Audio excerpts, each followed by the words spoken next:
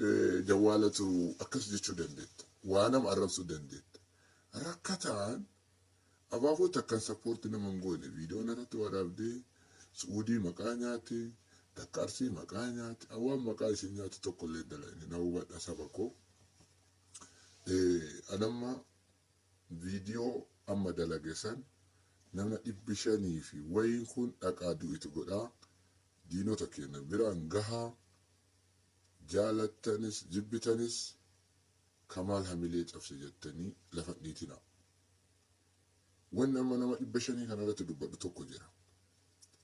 Rakkoo ummata keenya, hayyoota keenya, barsiisota keenya balaa tasaatti lubbuun isaanii dabre akka wanni suni galeen abuyaayattis bilbilee namoota hedduutti bilbilee kun abuyaayaan nama lubbuun jiru tapha kanallee itti karoorfame.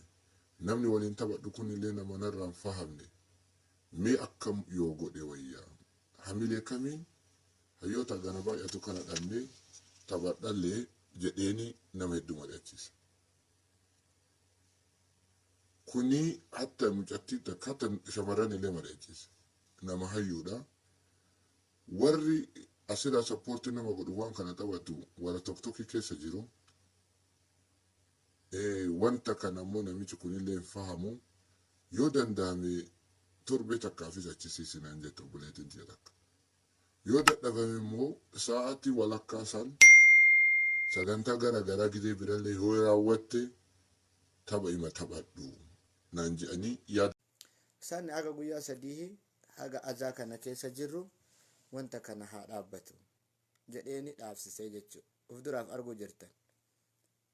Laakiin tapha kana tapha sa'aatii takka yookaan daqiiqaa 30 turu kana taphadhu biraa galii. Eega namichi nama sin fahamne taate. Akka rakkoon tun akka ilma sin koomandootitti akka ummanni kun obboleeyyan kiyya dhiiga kiyya Oromoo keessallee ilmaan sin koomandoo lafeetii komoo kiyya waan ta'aniif gaddanatti dhaga'ame wanni ani jijjiiruu yaadin hin jiru. Hamma tokko yaalii godhee jira itti milkaa'aa dhabuu malee. Warri saniin naqeexan warri saniin suuraa eksiina rakkeettanii na arabsitanii natti ergitan akkasitti narraa fahama akkasitti liqimsa. Balaan tun tasa galtee hin dhufte ani immoo waan kana waggaa oliif itti karoorfame eegaa ji'a oliif itti dalagame namni awwaliin dalagu kun namni awwaliin taphadhu kun nama waan kana narraan fahamne waan ta'eef yeroo gabaabduu taphadhu dhiisi.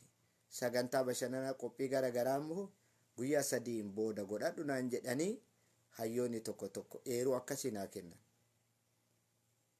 Ayyee xayyib jedheeni waan kana raawwadhe.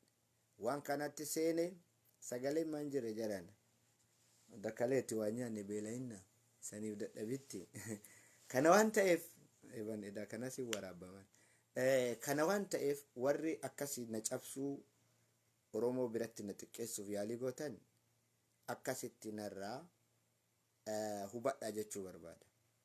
Kun immoo taatee taate kafaraa maraataa maraataa maal qopheessitaniif isa ka akkasii jedhee natti iyyusan daran cimee daran yeroo gabaabaa keessatti arguuf jirtanii jechuudha. Yeroo gabaabaa keessatti fedhu mooyadhaa fedhu mooyatan. Namoonni tokko tokko immoo muujizaaf makka keessatti rabbiin mul'isuu didee jiran. Waan akkanaa gadi bu'aa kana aqlii teessan achumatti sin madaalee jechuudha. Rakkoolee gurguddoo, hamtoolee gurguddoo, dilii ciccimatu asuma harama biratti dalagama. Tuni laaftu. Sheen illee kanarraan dubbanne faaten howwituun, darasaan howwituun, maammadoo waan beeyne ka oonlaayin irraa waa baree fi kadaa Abu Mu'aaz qofa dhagaye waan akkanaa dubbatuu danda'a. Waan akkanaa kana warra oonlaayinii fi darasaa Abu Mu'aaz qofatu waan akkanaa dubbatuu danda'a malee namni biraa waan akkanaan dubbatu.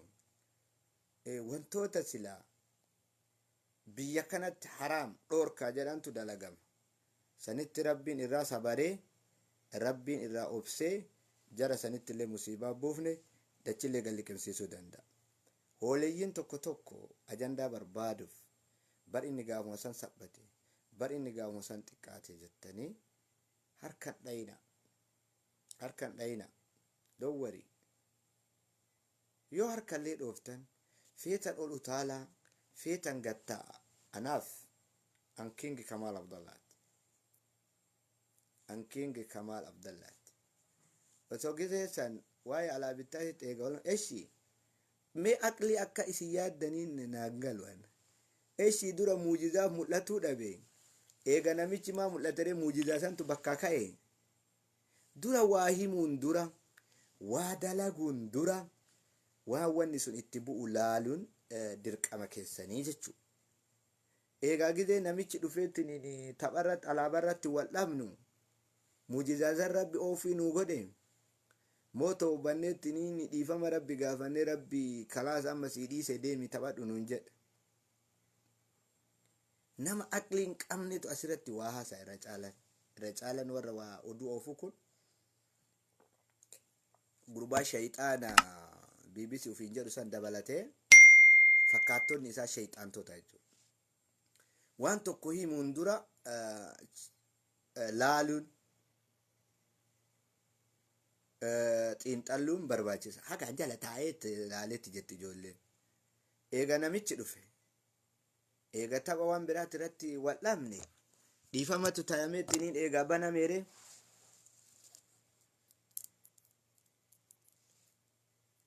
Diinonni kenna abshira. Diinonni kenna ajandaa biraa OI isiniif hinna.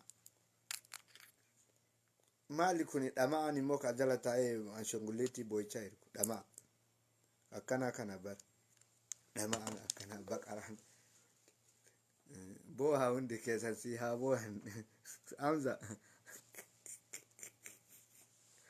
boo'aa hundi keessan jedhaman isin taaptaap godha bilaksi baqaraa guddaa kana saalfachiisuuf bilaksi taaptaap godha taaptaap godha laal Abdusseen Dr. Abdusseen ijoolleen Kaayiroo maraatonni Kaayiroo walumaa galatti sappoorti na gootanii jirtanii ka Hamza irraa hafe. Hamzaan hin boo'aa jira walaadha faaxetii wallole akkas yaada jedhu qaba. Laakiin bara yeroo Abdusseen dinqisiifame asidiin qaraa keessoo kiyyaa na dinqisiifata Mubaarak Faallee akkasuma. Wallahi taate edaatitti immoo namootuma duraan na jibbutu na dinqisiifate. Warrootuma immoo duraan na jibbutu viidiyoo naa dalage. Hamza muutii godhi haani ajala jirtame. Intalo Hamza muutii godhi. Tiyyaatan warroota ashangulliitti imaanii erguufda. Boo'ichi mana keessanitti haa galu natti hin boo'ina. Boo'ichi mana keessanitti haa galu sinin ja'a. Sin abaaraam. Ufii barbaaddaniimi. Waan isin boochisu rabbalaalamiin isinitti haa ergu. Okay? Gulu amiin. Yaa Rabbi jedha. Amiin jedha amee daddafaati. Amiin jedha. Rakkoodha. Yoo boo'ichillee mana keessanitti gale laqsoo mootaziyaa mana keessan dhufna azaan nu gootani.